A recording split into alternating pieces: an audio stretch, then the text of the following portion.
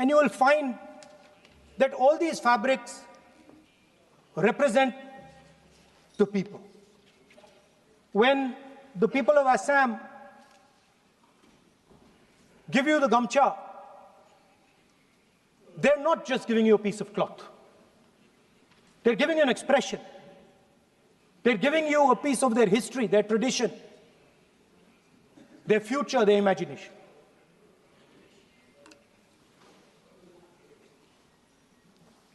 It's the same when the Nagas wear their jacket. When they come and see us, they make us wear the jacket because they want us to be embraced by the fabric. But Speaker Sir, these fabrics are beautiful. But if you look slightly deeper and you look closely at the fabric, you will find that each one of them has thousands of little threads embracing each other. A Kanchipuram sari might have a golden thread, but the golden thread means nothing without the green thread or the yellow thread near it. The other thing to notice about the sari or any other fabric is that all the threads are equal. No one thread is superior to another thread. They all come together. The threads cannot protect you. The threads cannot keep you warm. But when they come together as a fabric, they can keep you warm, they can protect you, they can express what you have in the heart. Speaker Sir, in the same way, our nation is also a fabric. It's a fabric made up of 1.4 billion people, and the fabric is woven together by the vote. Let me repeat it. It is a fabric of 1.5 billion people, and it is woven together by the vote. Everything that we see, in fact, this house where I'm standing today, the Lok Sabha, Rajya Sabha, Vidhan Sabhas across the country, Panchayats across the country, none of them would exist if the vote did not exist. We talk with great pride about HAL, BHEL, ONGC, Tejas, Chandrayaan. We have a list of things we say. Not one of those would exist without the vote.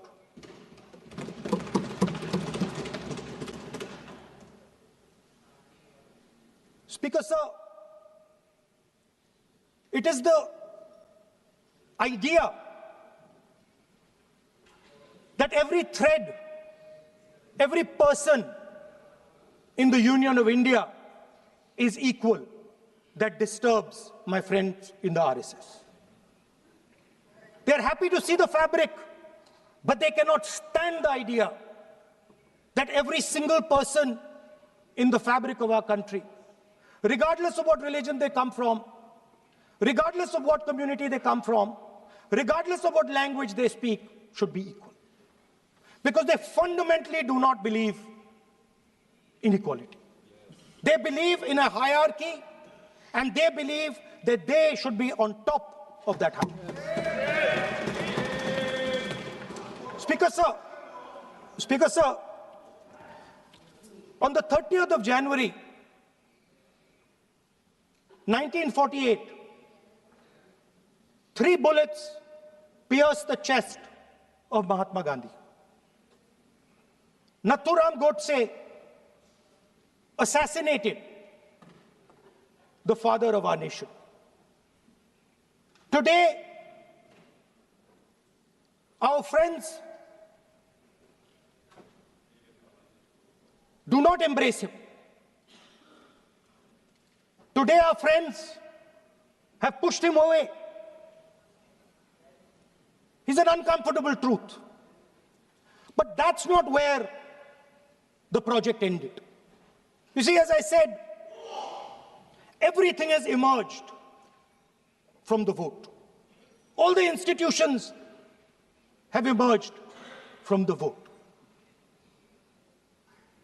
So it's obvious that the RSS has to capture all the institutions that have emerged from the vote. So the project, after Gandhiji's assassination, the next step of the project was the wholesale capture of India's institutional framework.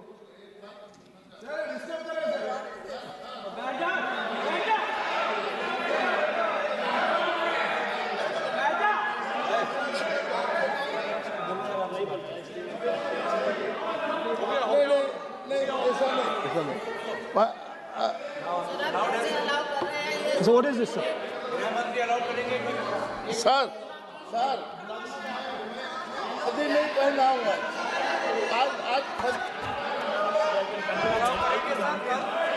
I'm doing. मैं बुलाता हूँ please बैठिए So, please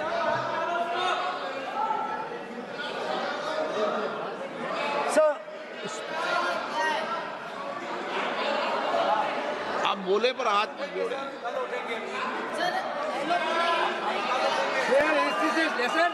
sir, these are uncomfortable truths, but they have to be spoken.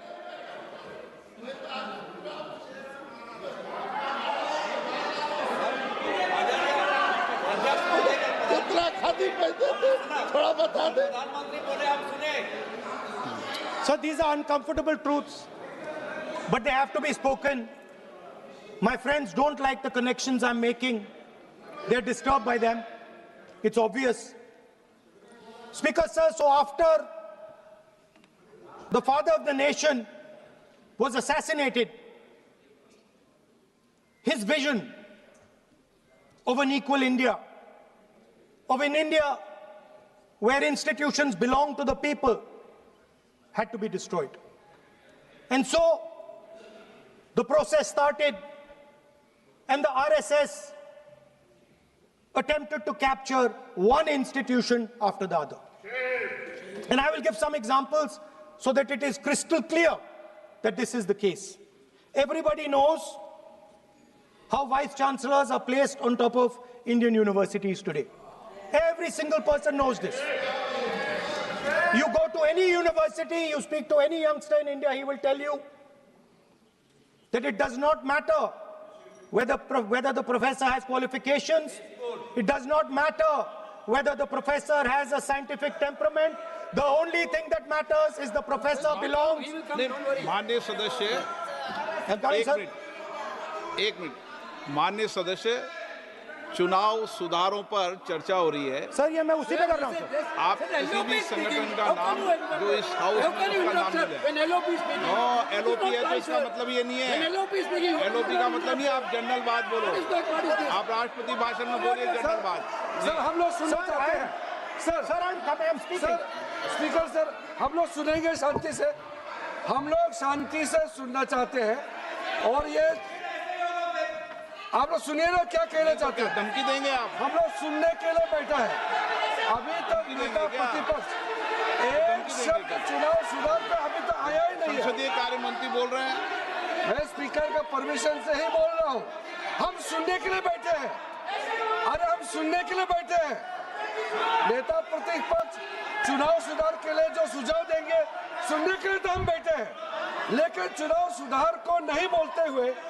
कहा जो इस सदन से कोई वास्ता नहीं जो संगठन उसका कहानी किसी और का बोलना ये कोई उचित नहीं है समय बहुमूल्य है समय का मर्यादा भी है सबका सब यहाँ सुनने के लिए बैठे हैं और ये समय बहुत कीमती है इसलिए हर एक पल अच्छा शब्दों का कोई अच्छा ज्ञान दे सुझाव दे सुनने के लिए हम लोग बैठे हैं मेरा एक सीमित अनुरोध है नेता प्रतिपक्ष से आप विषय पर ही रहिए हम लोग सब बैठे हैं गृह मंत्री जी भी सुनने के लिए बैठे हैं लेकिन आप विषय पर नहीं बोलेंगे तो जो विषय तय किया गया है उसे क्या मतलब है? अगर चुनाव सुधार पर ही नहीं बोलेंगे तो फिर इतना समय सबका क्यों बर्बाद करना चाहते हैं नेता प्रतिपक्ष? Should I leave? Should I leave? Then you speak, Kiran Rijiju. Should I leave? You speak then. You Should I speak. leave? What is it? You are parliamentary affairs minister. You are a parliamentary affairs minister. You are disturbing LOP. How can it be? You are a parliamentary affairs minister. You are disturbing LOP. Subject में नहीं आपका LOP. आपका LOP subject में नहीं है. ये विषय कर रहे हैं. The discussion. One second. The discussion is about the vote and electoral. The discussion is about the vote. एक मिनट सर मुझे बोलने नहीं दीजिए. एक मिनट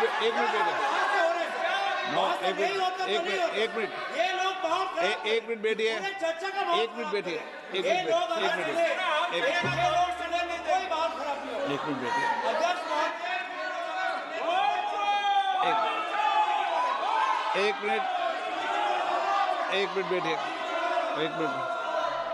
माननीय सदस्य मैं बैठे बैठे अनऑफिशियली बोल रहे हैं, उस विषय बोल रहे हैं. सदन की गरिमा को बनाए रखें.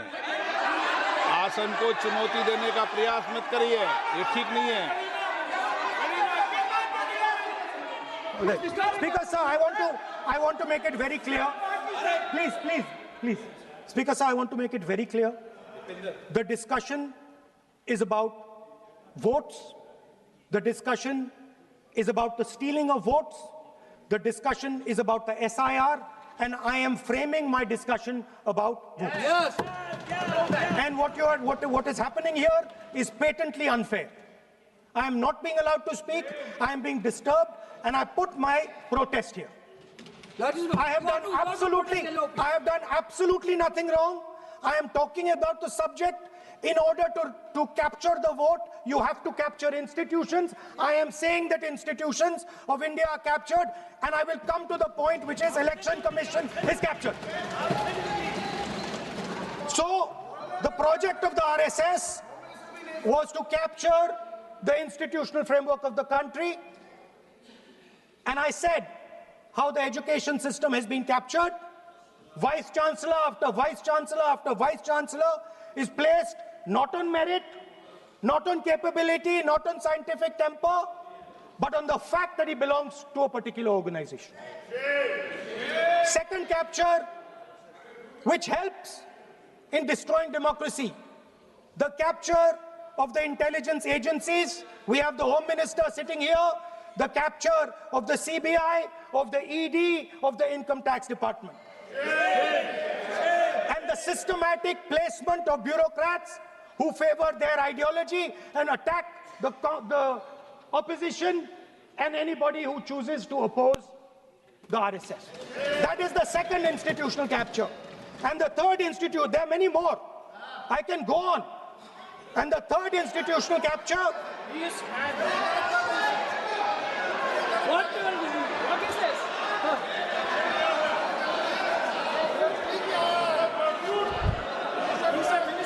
मानिए प्लीज मानिए.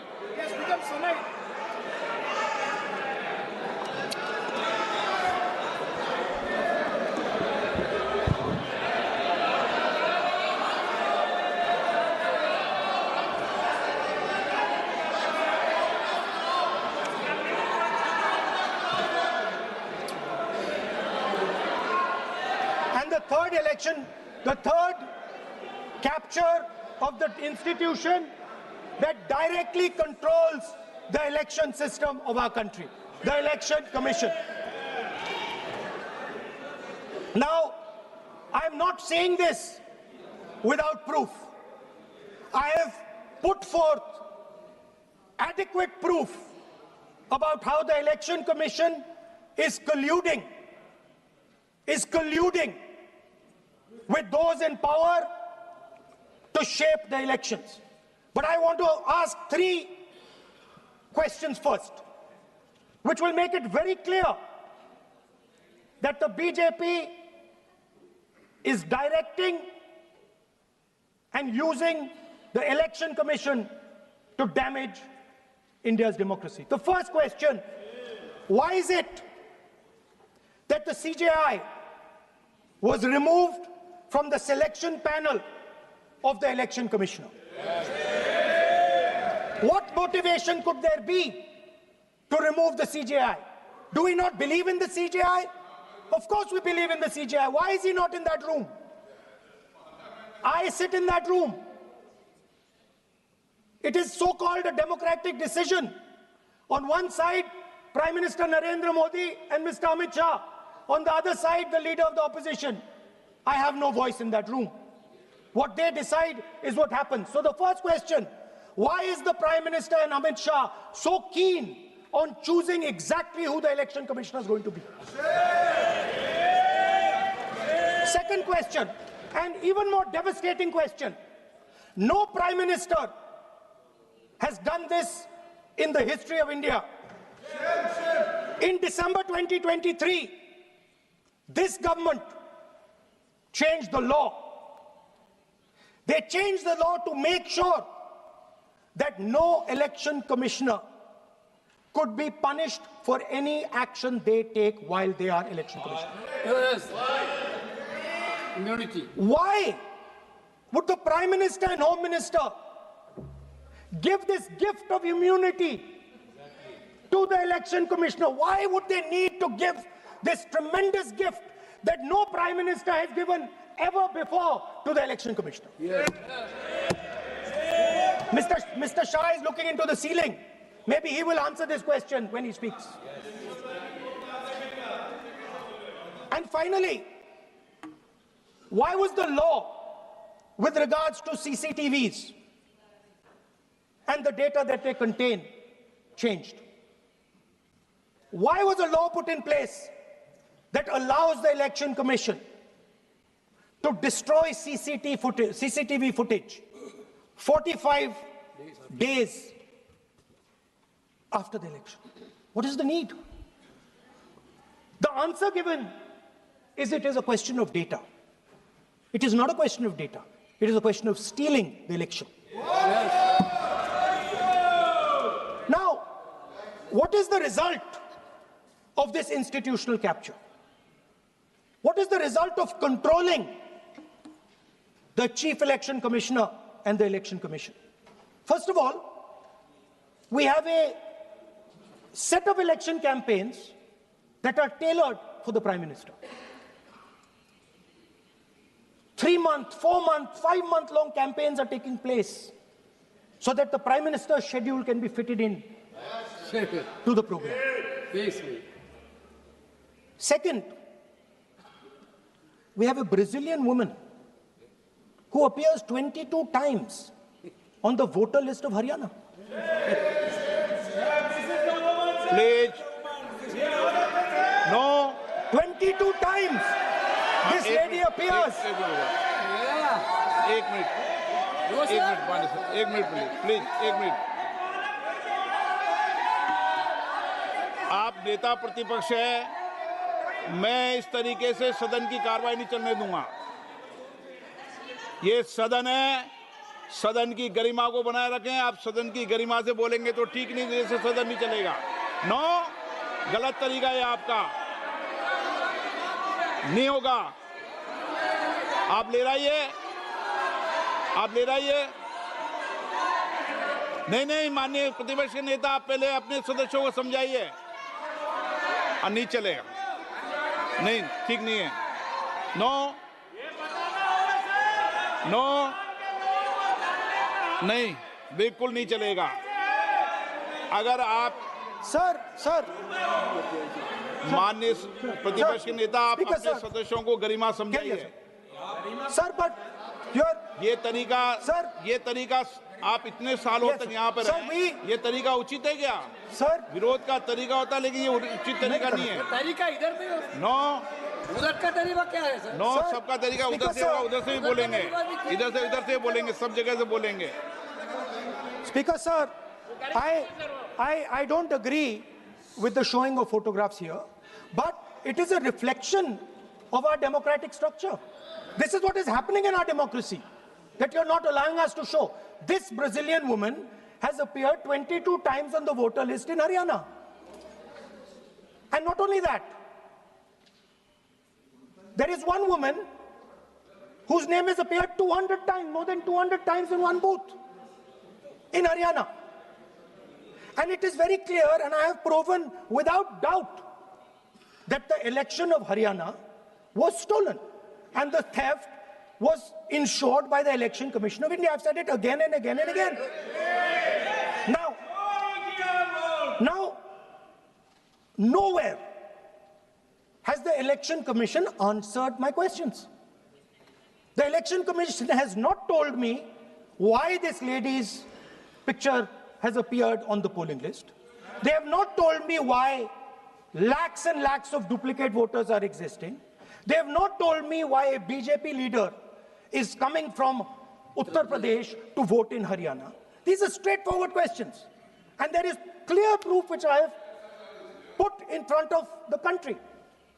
Right? But the Election Commission has no answer to these questions. And that is the result of the complete capture of the Election Commission by the people across the aisle. By the way, you're talking about SIR in Bihar. Let me say something about SIR in Bihar. Why is it that after the SIR in Bihar, 1.2 lakh duplicate photos are existing in Bihar, in the voting list? If you've cleaned up the voting list, why are there 1.2 lakh duplicates in Bihar? And we've not just proven this about Haryana. We have proven this in Karnataka, we have proven this in Maharashtra, and I'm absolutely certain this is how you're winning elections in Madhya Pradesh, in Uttar Pradesh, in Bihar, across the country. Now, so what I'm putting on the table is, it is very clear that you've captured the institution. I've shown the mechanism of that capture. I'm also showing you how the Election Commission is doing things that are completely out of line. I'm not getting any answers. Right? So now, let us come to how, when we are talking about electoral reform. Electoral reform is very simple. The point is, nobody wants to do it. The government doesn't want to do it. What does electoral reform require? What we've been saying. Number one, give machine-readable voter lists to all political parties 1 month before the election. That's the first step. The second step is take back the law that allows the destruction of CCTVs, CCTV footage. Very simple, not difficult. While you're doing that, also tell us what is the architecture of the EVM. Give us access to the EVM. Let our experts go and see what is inside the EVM. Till today, we have not had access to the EVM. We are not shown the architecture of the EVM. We're not physically allowed to go and see an EVM. Give us the architecture. Give us access to the EVM. And finally, please change the law that allows the election commissioner to get away with whatever he wants to do. That's all the electoral reforms you need. And I want to assure the election commissioner that they might be under the impression that this law lets them get away with it.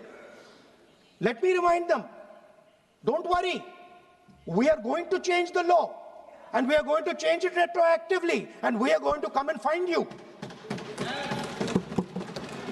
Right? So this is the situation that the country is faced with. You know, everybody says to us, India is the biggest democracy. Actually, I was thinking today, we're not just the biggest democracy, we're the greatest democracy. And I'm not saying it just like that. I'm saying it, America calls itself the oldest democracy. But the democracy that weaves together the largest number of people, the largest diversity of people, the largest number of languages, the largest number of states is this. And so our most powerful asset, the thing that stitches together the entire concept of modern India, stitches together the fabric of modern India, brings people together, allows them to build this great nation, is being attacked by these people. They're destroying it. You know they're destroying it. I know they're destroying it, and they know they're destroying it. And I'd like to conclude by saying that the biggest anti-national act you can do is vote chori. There is no bigger anti-national act that you can do than vote chori. Because when you destroy the vote, you destroy the fabric of this country. You destroy modern India, you destroy the idea of India.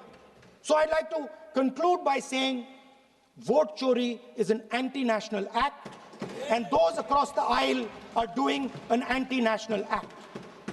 Thank you.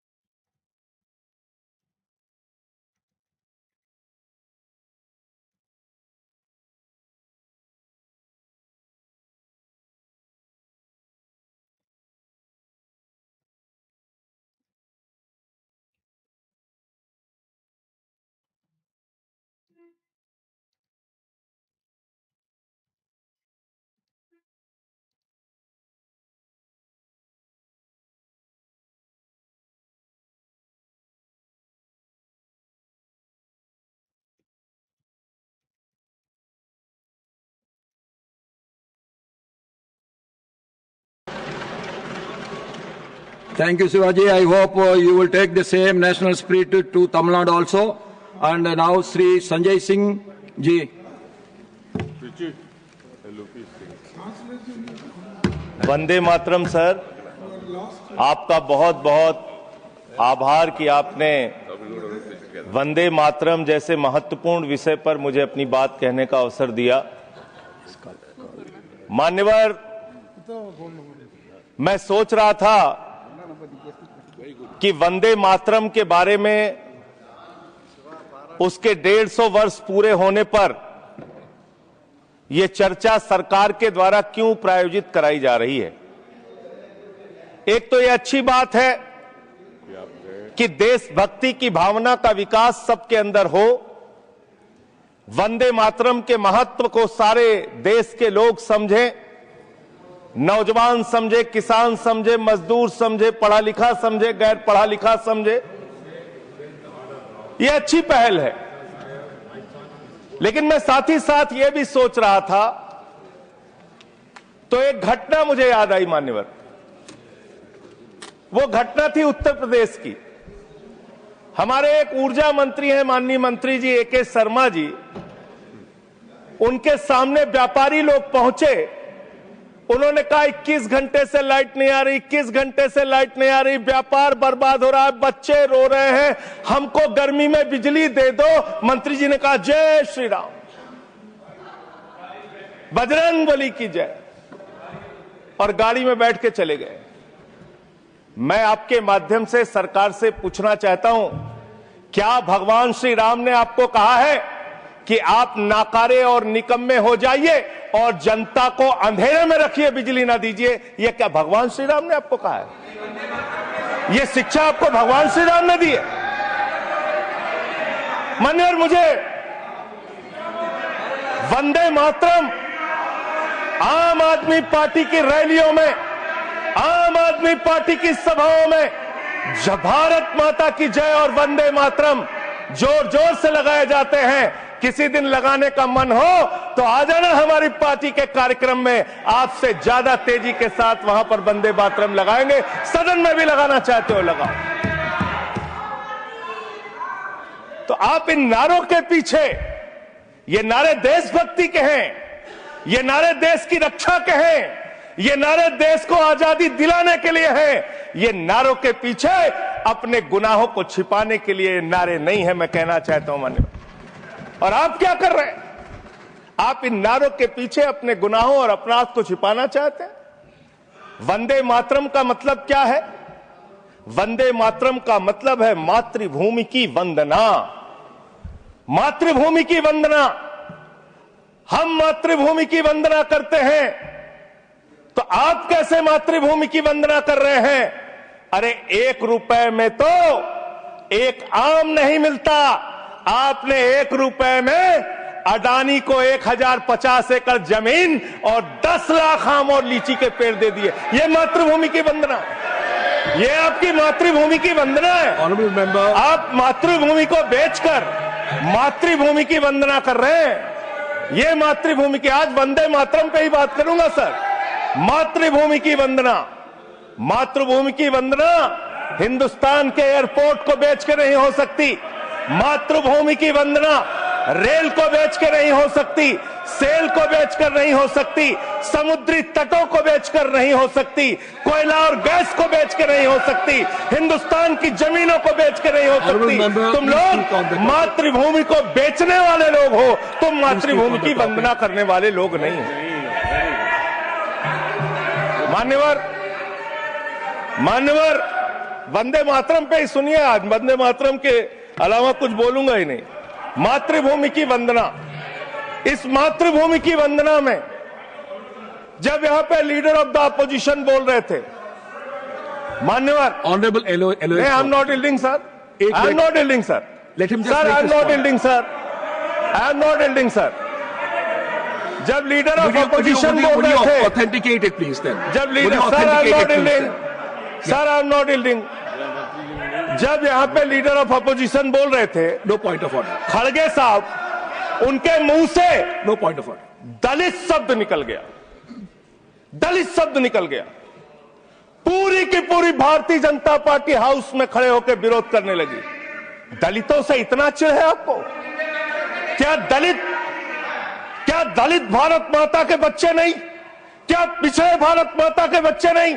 क्या आदिवासी भारत माता के बच्चे नहीं? अगर दलितों, पिछड़ों, आदिवासियों की बात होगी तो आप विरोध I'll करोगे। have to give it to LOH. आप विरोध I'll have to करोगे। give it to LOH. You are not on the topic. LOH.